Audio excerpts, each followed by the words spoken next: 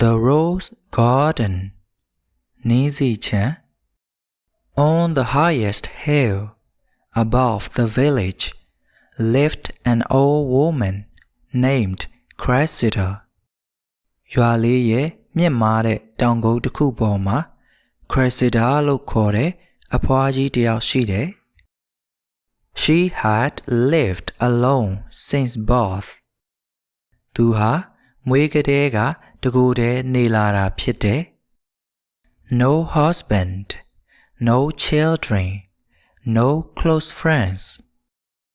ယောက်ျားမရှိဘူးသားသမီးမရှိဘူးရင်းနှီးတဲ့တငယ်ချင်းမိတ်ဆွေတွေလည်းမရှိပါဘူး Only her wooden house and her garden အဖော်ဆိုလို့သူမရဲ့တစ်သားအိမ်နဲ့ဥယျာဉ်လေးပဲရှိပါတယ် Cressida was proud and selfish Cressida ကမာနကြီးပြီးတကူကောင်းဆန်တယ် She always looked down on others သူမဟာတခြားသူတွေကိုလည်းအမြဲအထင်သေးလေးရှိတယ် They only come because they want something she would say သူတို့တွေကတခုခုလိုချင်လို့ငါစီကိုလာတာပဲဆိုပြီးသူမကပြောတယ် The villagers trying to be friendly ရွာသားတွေကတော့သူမနဲ့ရင်းနှီးဖို့ကြိုးစားကြပါတယ် She must be lonely they told each other သူမအထီးကျန်နေမှာပဲလို့သူတို့အချင်းချင်းပြောကြတယ် Sometimes they walked out the hill and called to her from outside her fence တခါတရံသူတို့တွေဟာတောင်ကုန်းပေါ်တက်ပြီးခြံစည်းရိုးအပြင်ကနေသူမကိုလမ်းခေါ်ကြတယ် I need nothing Cressida answered Go away ငါဘာမှမလိုဘူးထွက်သွားကြဆိုပြီး Cressida ကပြန်ဖြေတယ် So they avoided calling her အဲ့ဒါကြောင့်ရွာသားတွေကသူမကိုခေါ်ပြောတာမျိုးရှောင်ရှားကြပါတယ် But they still felt sorry for her ဒါပေမဲ့သူမအတွက်ဝမ်းနည်းမိကြတော့ပါပဲ One evening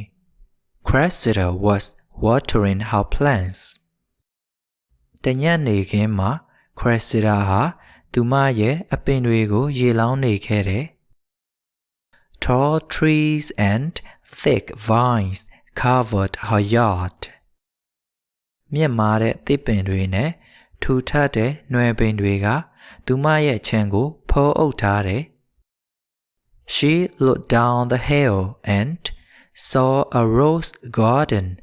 blooming at a villager's house သူမတောင်အောက်ကိုကြည့်လိုက်တော့ရွာသားတစ်ယောက်ရဲ့အိမ်မှာနီးစီခြံတွေကနီးစီပန်းတွေဝေဝေဆဆပွင့်နေတာကိုသွားမြင်မိတယ် The roses were red, pink and white နီးစီပန်းတွေဟာအနီရောင်ပန်းရောင်နဲ့အဖြူရောင်ဆိုပြီးပွင့်နေကြတယ် They looked bright and alive နီးစီပန်းတွေကတောက်ပပြီးလန်းဆန်းနေခဲ့တယ် Cressida felt jealous Cressida မနာလိုစိတ်ဝင်မိသွားတယ် I want those roses in my garden she whispered အဲ့ဒီနီးစီပန်းတွေငါခြံထဲမှာရှိစေချင်တယ်လို့သူမကတိုးတိုးလေးပြောလိုက်တယ် But she refused to ask ဒါပေမဲ့သူမသွားမမေးချင်ခဲ့ဘူး That night she walked quietly down the hill အဲ့ဒီညမှာတောင်အောက်ကိုသူမဖြည်းဖြည်းချင်းဆင်းသွားတယ် She stepped into the rose garden and began pulling the bushes from the roots သူမဟာနီးစီခြံထဲကိုဝင်ပြီးနီးစီချုပ်ပင်ကြီးတွေကိုအမြင့်ကနေစတင်ဆွဲနှုတ်လိုက်တယ် Suddenly, the door opened. ရုတ်တရက်တကားပွင့်လာတယ်။ Oh, you came to visit us? The house owner said happily. Please come inside. ကျွန်တော်တို့စီလာလေတာလား။ကျေးဇူးပြုပြီးအထဲကိုကြွပါလို့အိမ်ရှင်ကပြောတယ်။ Cressida quickly stood up. Cressida လင်းမြန်စွာထားလိုက်တယ်။ I came to the wrong house, she said coldly. I do not visit people. ငါအိမ်မာပြီးဝင်လာတာလူတွေစီလိုက်မလဲတတ်ဘူးလို့သူမကအေးဆက်စွာပြန်ပြောလိုက်တယ်။ They smiled warmly. You are welcome anytime. သူတို့တွေနှွေးထွေးစွာပြောလိုက်တယ်။ခမည်းကိုအချိန်တိုင်းကြိုဆိုပါတယ်။ Cressida walked away. Cressida အဝေးကိုထွက်သွားတယ်။ When the lights went out, she returned. မီးရောင်ပျောက်သွားတဲ့အခါသူမပြန်လှည့်လာပါတယ်။ She pulled several rose bushes from the soil and ran back out the hill. သူမဟာနှင်းစီချုပ်ပင်အချို့ကိုမြေကြီးထဲကနေဆွဲနှုတ်ပြီးတောင်ကုန်းပေါ်ကိုပြန်ပြေးတက်သွားခဲ့တယ်။ She planted them at once. သူမဟာနှင်းစီပင်တွေကိုချက်ချင်းစားလိုက်ပါတယ်။ Now they are mine, she said proudly. အခုတော့ငါအပိုင်ဖြစ်ပြီလို့သူမကဂုဏ်ယူစွာပြောတယ်။ The roses grew very fast. နှင်းစီပင်တွေကလေမြန်စွာကြီးထွားလာကြတယ်။ Their vines spread everywhere. အဲ့ဒီနွယ်ပင်တွေဟာနေရာအနှံ့ပြန့်နှံ့သွားတယ်။ Their thorns became thick and sharp. ဆူးတွေကလည်းထူထဲပြီးခြုံထက်လာခဲ့တယ်။ Soon, her whole yard was covered with roses. မကြာခင်မှာပဲသူမရဲ့ခြံဝန်းတစ်ခုလုံးနှင်းစီပန်းတွေနဲ့ဖုံးလွှမ်းသွားခဲ့တယ်။ Cressida felt pleased. Cressida ကကျေနပ်အားရသွားတယ်။ No one can enter my house now, she said. No one can harm me. အခုဆိုငါအိမ်ထဲကိုဘယ်သူမှဝင်လို့မရတော့ဘူး။ဘယ်သူမှငါ့ကိုအန္တရာယ်မပြုနိုင်တော့ဘူးလို့သူမကပြောတယ်။ The smell of roses covered the hill. နှင်းစီပန်းရနံ့တွေကတောင်ကုန်းတစ်ခုလုံးမှာသင်းပြန့်နေခဲ့တယ်။ The villagers noticed. ရွာသားတွေသတိထားမိသွားကြတယ်။ She must still be lonely, they said softly. သူမအခုထိအထီးကျန်နေတော့ဖြစ်မှာပဲလို့သူတို့ကလေသံအေးအေးနဲ့ပြောခဲ့ကြတယ်။ But she would not let anyone near. ဒါပေမဲ့သူမကဘယ်သူကိုမှအနားမကပ်ခိုင်းခဲ့ပါဘူး။ One night, Cressida felt dizzy. တညမှာတော့ Cressida ဟာခေါင်းမူးလာခဲ့တယ်။ Her head hurt. Her eyes were blurry.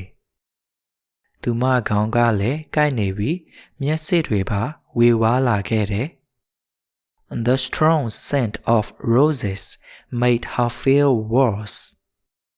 ပြင်းထန်တဲ့နှင်းစီနှံ့တွေကြောင့်သူမပိုပြီးနေမကောင်းဖြစ်လာခဲ့တယ်။ I must see the herbalist, she whispered. ငါဗိဒ္ဓဆရာစီကိုသွားပြမှဖြစ်တော့မယ်လို့သူမတိုးတိုးလေးပြောလိုက်တယ်။ In her confusion, she opened the back door. သူမစိတ်ရှုပ်ထွေးနေစဉ်မှာပဲနောက်ဘေးတကားကိုဖွင့်လိုက်မိတယ်။ She stepped outside.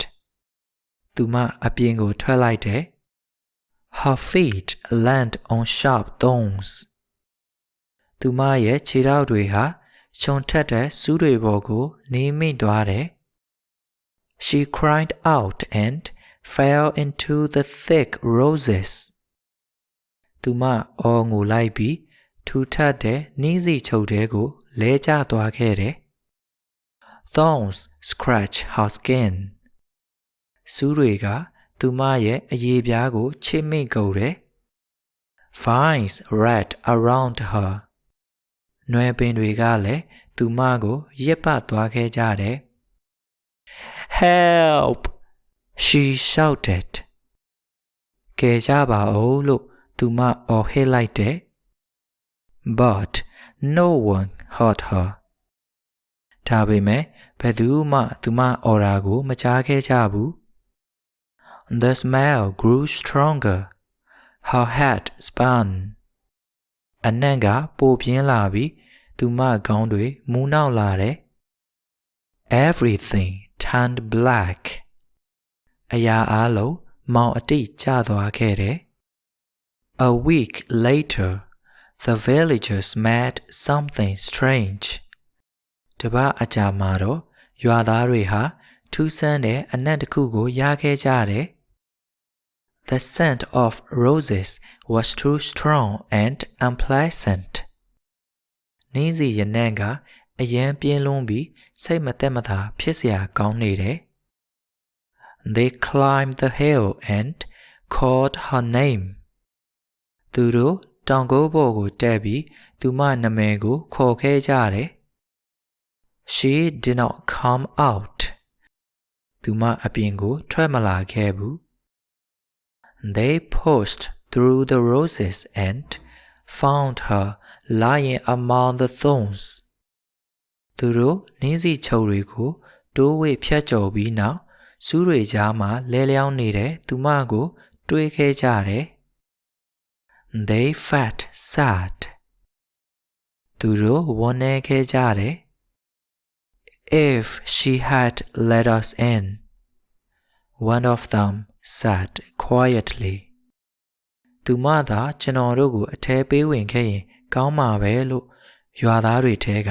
တယောက်ကတိုးတိုးလေးပြောလိုက်တယ်။ They gave her a proper funeral.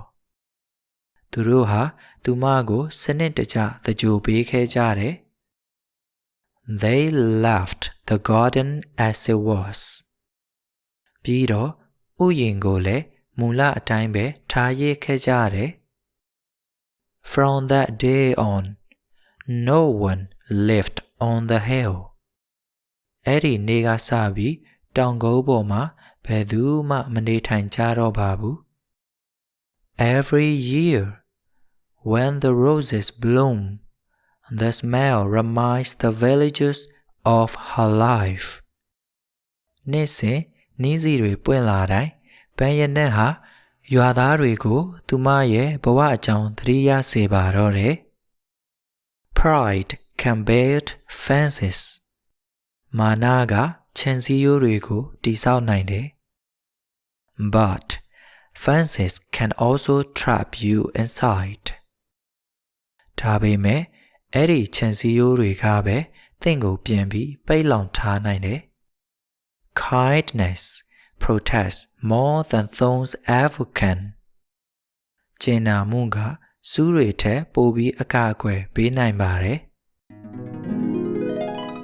အားလုံးပဲကောင်းသောညလေးဖြစ်ပါစေ။ Have a good night.